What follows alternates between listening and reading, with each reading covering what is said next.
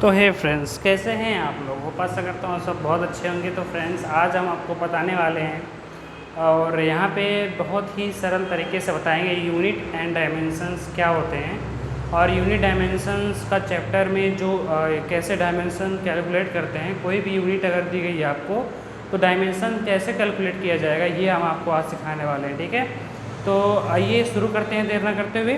तो क्या होता है यूनिट एंड डायमेंशंस, उसको भी सीखेंगे अच्छे तरीके से। सबसे पहले हम समझते हैं यूनिट।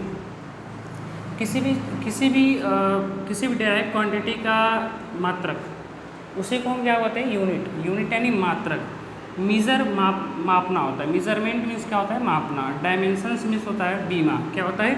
बीमा। इसको हिंदी में क्या बोल सकते हैं? बीमा। क्या बोल सकते हैं? बीमा। तो सबसे पहले यहाँ पे आप जब यूनिट एंड डायमेंशंस पढ़ते हैं तो सबसे पहले एक फंडामेंटल्स यूनिट्स होती है, कुछ फंडामेंटल्स यूनिट होती हैं जिनको मिलाकर हम क्या बोलते हैं? डिराइव क्वांटिटी बनाते हैं। ठीक है, तो जैसे डिराइव क्वांटिटी में अभी एग्जांपल सपोज दैट मैं आपको दूंगा, लेकिन अभी फ़िलहाल पहले फंडामेंटल यूनिट्स को क्लियरली सीखेंगे और देखेंगे और समझेंगे। ठीक है, तो सबसे पहले आइए मैं फंडामेंटल्स यूनिट्स बताता हूँ कौन कौन से फंडामेंटल और कितने होते हैं, ये मैं आपको सिखाऊंगा। सबसे पहले आप देखेंगे मास। क्या होता है? मास। सेकेंड आता है हमारा लेंथ। थर्ड आता है आपका टाइम। फोर्थ आता है टेम्परेचर।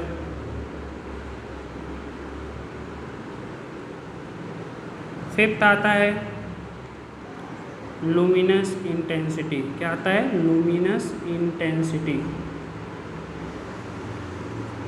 फिर सिक्स्थ आता है अमाउंट ऑफ सब्सटेंसेस। क्या आता है? Amount of substances. इसी बीच में आप यहाँ पे कर लीजिए, सेवेंथ कर लीजिए इलेक्ट्रिक करंट।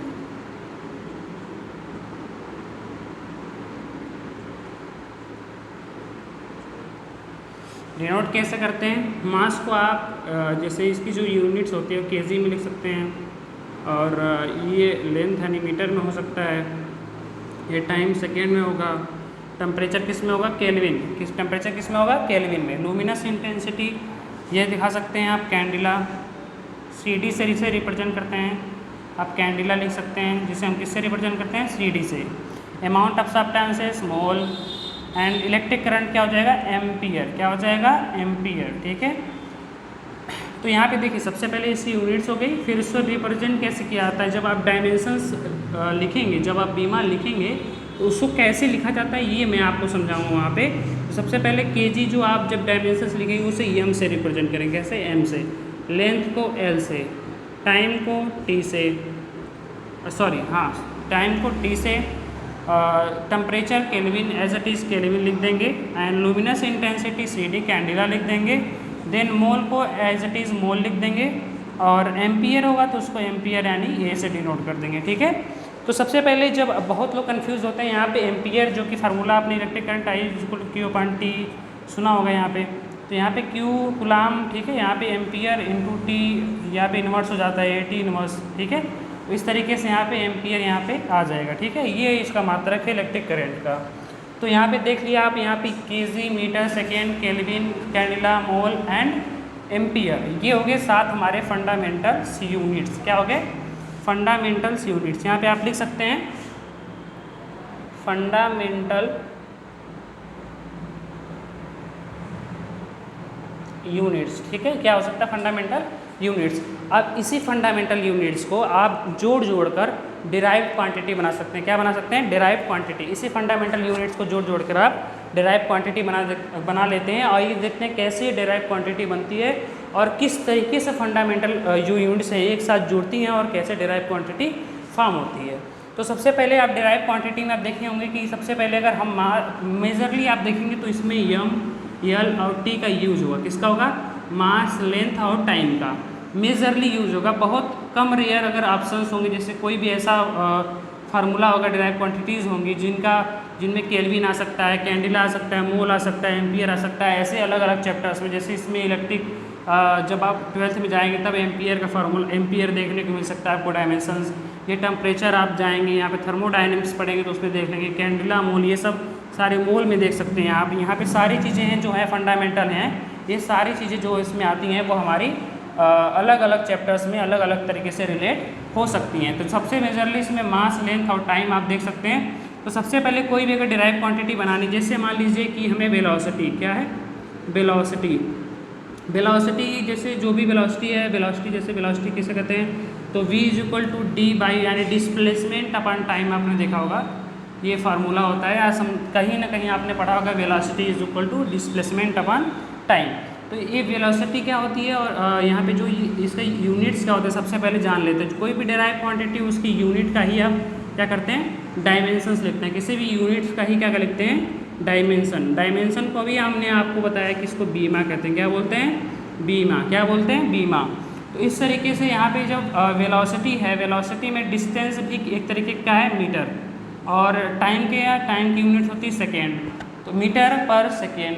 आप इसी मीटर पर सेकेंड को मीटर सेकेंड इनवर्स लिख सकते हैं, क्या लिख सकते हैं, मीटर सेकेंड इनवर्स लिख सकते हैं। इस तरीके से हो गया।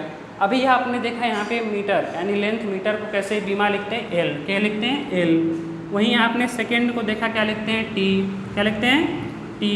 तो यहाँ पे टी पे -1 लगा दीजिए, तो यहाँ पे किसका बीमा निकल के आ गया, वेलोसिटी का, किसका, वेलोसिटी का। इसी तरीके से हम क्या करते हैं कि एक फंडामेंटल यूनिट्स को मिला करके हम डिराइव क्वांटिटी कैलकुलेट करते हैं, ठीक है। और डिराइव क्वांटिटी जो होती हैं उसके जो यूनिट्स होते हैं, जो उसके मात्रक होते हैं, उन्हीं का ही बीमा लिखा जाता है, ठीक है। तो जो भी अगर मात्रक हैं उनकी बीमा लिखनी है तो आप इस तरीके से इस फंडामेंटल यूनिट्स को याद करके आप कैसे इसको डिनोट किया जाता है वो सारी चीज़ें देख करके आप वहाँ पे डायमेंशंस कैलकुलेट कर सकते हैं, ठीक है। तो देन वही हम एक आपको और डिराइव क्वांटिटी बना के दिखाते हैं, और उसके बाद मैं कुछ दूंगा जो आप कमेंट में करेंगे, कमेंट में लिखेंगे और कमेंट में टाइप करेंगे कि इसकी बीमा क्या होगी, ठीक है। तो आइए यहाँ पे फोर्स, अब हम क्या ले लेंगे, यहाँ पे फोर्स, क्या ले लेंगे, फोर्स। अब फोर्स इज इक्वल टू, ये यानी आपने फोर्स का फार्मूला देखा ही होगा, F is equal to M A mass into acceleration. क्या होता है, मास इंटू एसेलरेशन। यहाँ पे force is equal to mass, mass यानी किस में कहते हैं, केजी, अपान एसेलरेशन। जब एसेलरेशन आप देखेंगे तो पढ़ेंगे v बाई टी।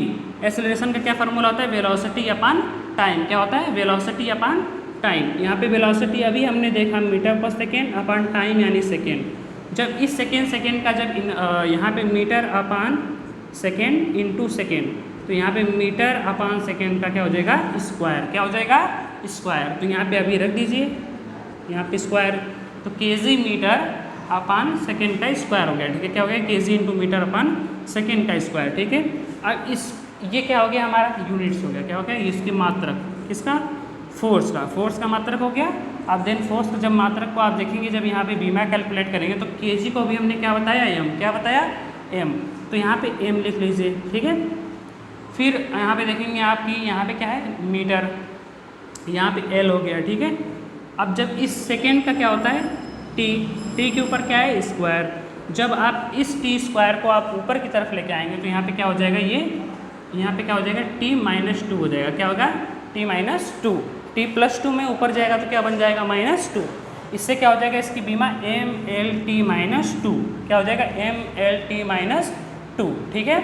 उसी तरीके से जब यहाँ पे आप इस तरीके से डिराइव क्वांटिटी बना सकते हैं, कोई भी आपके सामने डिराइव क्वांटिटी आती है, जैसे मास, लेंथ, ये तो फंडामेंटल क्वांटिटी हो गई, फोर्स हो गया, वेलोसिटी हो गया, एक्सेलरेशन हो गया।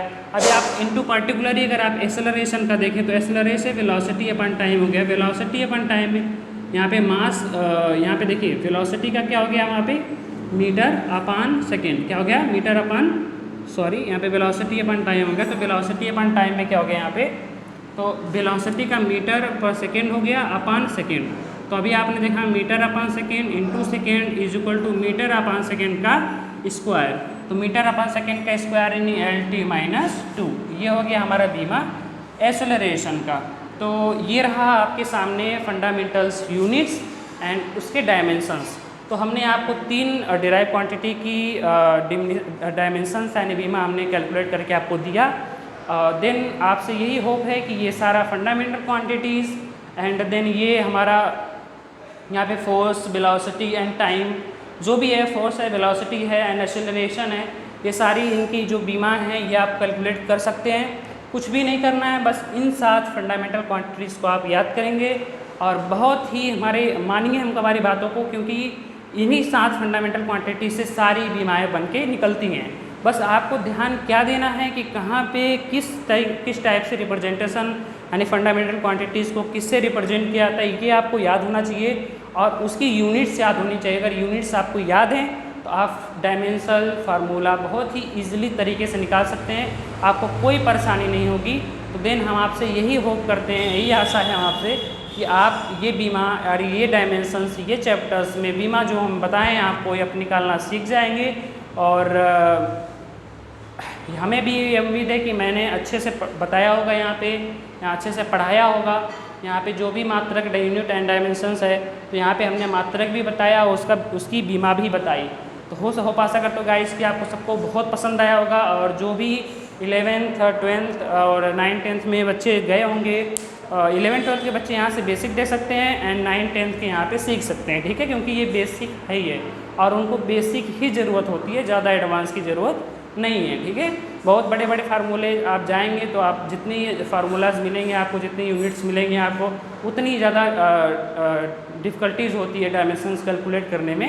लेकिन आपको अगर ये 7 फंडामेंटल क्वांटिटीज़ अगर याद हैं तो आपको कोई दिक्कत नहीं हो सकती है, आपको कोई परेशानी नहीं होगी। तो यही आशा करता हूँ कि आप सभी कैलकुलेट कर लेंगे। आपको कोई भी प्रॉब्लम्स हो या नेक्स्ट टॉपिक क्या बनाया जाए अब उस पर आप कमेंट करिए, या इसके आगे भी बढ़ा जाए, परसेंटेज बताया जाए, वर्नियर कैलिपर्स बताया जाए और उसमें आगे और चल कर के कुछ डिराइव चीज़ें होती हैं जिनको डिराइव कर करके किसी फार्मूले या किसी डिराइव क्वांटिटी की यूनिट्स को हम निकालते हैं यहाँ पे। तो बहुत सारी इस यूनिट एंड डायमेंशंस में टॉपिक्स हैं। तो हम पर्टिकुलरली अभी सिर्फ डायमेंशन सीखे हैं और डायमेंशंस के ही आगे हम बढ़ेंगे और यही सब चीज़ें हैं। बाकी आप से यही उम्मीद है कि आपको वीडियो पसंद आया होगा। अगर वीडियो पसंद आया तो हमारे चैनल पे बने रहें और चैनल को फॉलो करें एंड सब्सक्राइब करना ना भूलें। एंड हाँ, एक बात और, बेल आइकन प्रेस करना ना भूलें ताकि हमारी सारी वीडियो आपके पास जाती रहे। इसी तरीके से आप हमारे यूट्यूब चैनल पर बने रहिए। धन्यवाद। जय हिंद।